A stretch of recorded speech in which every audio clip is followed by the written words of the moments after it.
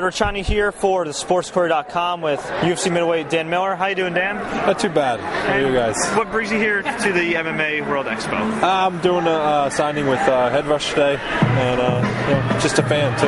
Your thing, and how's it been meeting the fans? I know you've been going through a rough time with your family. How's young Daniel doing? He's doing well, and meeting the fans is it's always a pleasure for me. I truly enjoy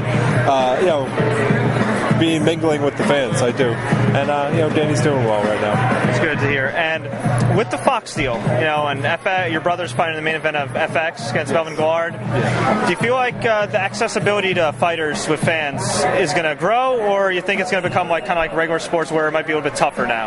Because I know the benefits with MMA is you can't just approach you like this. I hope it stays the same. And I think it will. I think the fighters enjoy this, and the fans enjoy it. I think it's I hope it stays the same. I hope that the fans can, the accessibility for the fighters is the same. I hope it doesn't separate like other sports. And are you stunned that MMA in New York is not legalized yet? A little bit. I can't see why they wouldn't pass it, but I don't really follow it all that much. And they kind of just call you up, say, hey, you're fighting here and here. As far as New York goes, the legal spot will follow, but I hope it passes soon because I would love to fight in New York, especially during my career. So absolutely.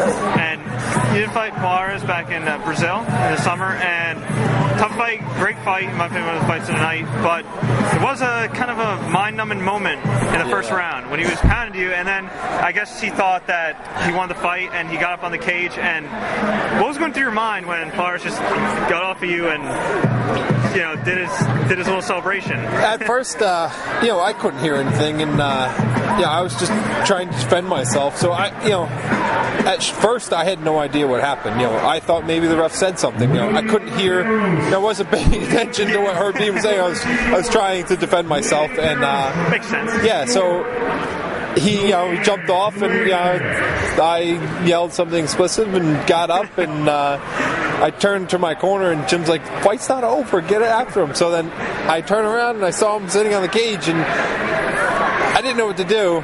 For my first thought was pull him off the cage and start punching him, but Herb luckily stepped in. And that was an awesome fight. And when can we expect you back in the cage? Because usually it's a good fight when you're in the cage. Yeah, hopefully early spring. It all depends on everything with my son, and then we'll go from there. So. Any ideal opponent you'd like to fight? Somebody that you think would match up well with you that might make a great fight for the fans, or anybody really? Anyone really. It doesn't matter to me. I have no one in mind. Where the UFC gives me is, I'll try to put on the best fight I possibly can against that opponent. So. And thoughts on your brother Jim's progress? He had a 7-fight win streak, doing his thing. Had a tough loss to Ben Henderson, but survived, wasn't finished. Has a chance to get back into contention with Melvin Guillard. What are your thoughts on his progress and his great UFC run? I mean, he's only lost to Maynard, Edgar, and Henderson, and he's never been finished. Yeah, Jim's a fantastic fighter, and I think he'll bounce back tremendously here. Guillard's a tough fight, but I think Jim matches up well against him, and I think he's going to prove that he deserves to be back up in there, in title contention. And you train at AMA, and I feel like the East Coast fight scene is really underrated a little bit. I mean, you got Ring of Combat, you got the Miller brothers, you got Edgar, you got Sarah Longo. How underrated do you feel like the East Coast MMA scene really is? And you think with the legalization in New York, hopefully in 2012, it could kind of blow it up a little bit, put some of those New York guys on the map and New Jersey guys? Definitely. If New York does legalize it, it'll be a bigger exposure. New Jersey doesn't seem to get the exposure that say California or the West Coast MMA productions get. Don't know why. We have fantastic fighters here, like you said.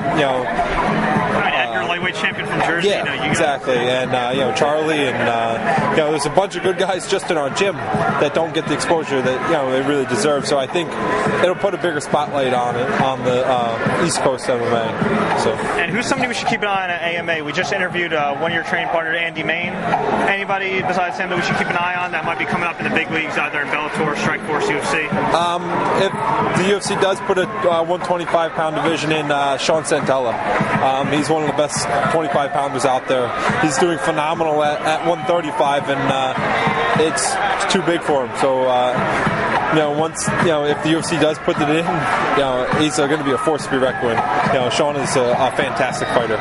And if you really tried, could you grow an epic beard like Jim? Because I asked him for advice, he told me just to grow, but I've had kind of a hard time doing that. No, Jim's a special man.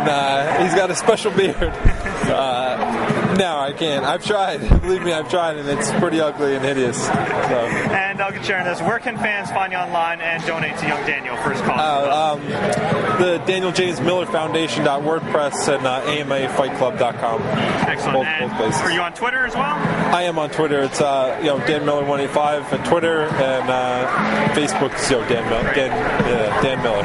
Well, best of luck on young Daniel's progress, and I look forward to seeing you back.